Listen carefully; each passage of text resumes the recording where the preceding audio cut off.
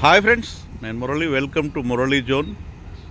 ఇప్పుడు మనం చూసేది విజయవాడ హైదరాబాద్ రోడ్డు, NH65 గొల్లపూడి జంక్షన్లో ఏదైతే విజయవాడ బైపాస్ ఏదైతే నిర్మిస్తున్నారో, కొత్తగా నిర్మించేశారో, దాదాపు 100% అయిపోయింది. కొంచెం పెండింగ్ పనులు ఉన్నాయి. ఇది విజయవాడ బైపాస్ అండి. ఇది గన్నవరం దగ్గర నుంచి అమరావతి మీదుగా నిర్మించినటువంటి, దాదాపు కంప్లీట్ అయిపోయింది. ఇక్కడ విజయవాడ హైదరాబాద్ రోడ్డు పైన ఏదైతే అండర్ పాస్ ఉందో ఫ్లైఓవరు, ఆ పైనుంచి మీకు చూపిస్తున్నాను.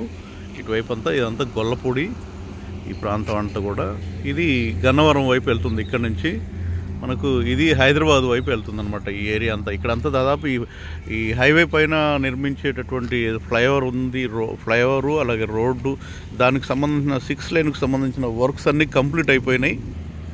ఇదిగోండి ఫ్లైఓవరు మిడిల్, అటువైపు 3 లేను, అటు ఇటు వెళ్తే అటు స్ట్రైట్గా అటు వెళ్తే విజయవాడ, ఇటు మనకు వెనక్కి వెళ్తే ఇది హైదరాబాద్ వైపు వెళ్తాం, అటు ఇబ్రహీంపట్నం మీదుగా. ఇదంతా కూడా గొల్లపూడిలో మన విజయవాడ హైదరాబాద్ రోడ్ని NH65ని NH16, ఇప్పుడు మనం నించున్నది రోడ్డు మీద నించున్నది NH16 Chennai Calcutta road.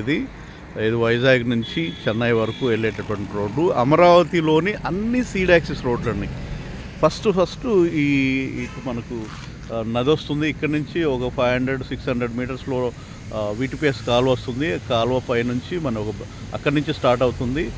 Barrage మీద ఉన్నటువంటి ఆ నది, కృష్ణానది మీద నిర్మిస్తున్నటువంటి ఏదైతే మీకు అంతకుముందు లాస్ట్ వీడియోలో చూపించినటువంటి ఫ్లైఓవర్ ఏదైతే ఉందో, మనకి ఇక్కడ నుంచి ఒక 600-700 మీటర్స్ దగ్గర నుంచే స్టార్ట్ అవుతుంది.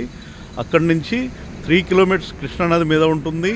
3 కిలోమీటర్స్ తర్వాత దిగ్గానే వెంటనే E3లో, ఈకి సంబంధించిన అమరావతిలోని సీడ్ యాక్సిస్ రోడ్లు ఈ ఏదైతే ఉందో E1, E2 అట్లాగే E16 వరకు ఉంటాయి అన్నమాట. E3ని క్రాస్ చేసుకుంటూ అట్లాగే 14 రోడ్లని క్రాస్ చేసుకుంటూ E16 క్రాస్ చేసుకుంటూ NRI హాస్పిటల్ వెనక వైపు నుంచి ఇది చినకాకాని దగ్గర మళ్ళీ ఇప్పుడు ప్రజెంటు విజయవాడలోంచి వస్తున్నటువంటి రోడ్లో కలుస్తుంది. నేషనల్ హైవే NH65 మీద ఉన్నాం. ఇది NH16 మీద ఉన్నాం. NH65ని క్రాస్ చేసే జంక్షన్లో ఉన్నాం. Thank you friends, thank you for watching.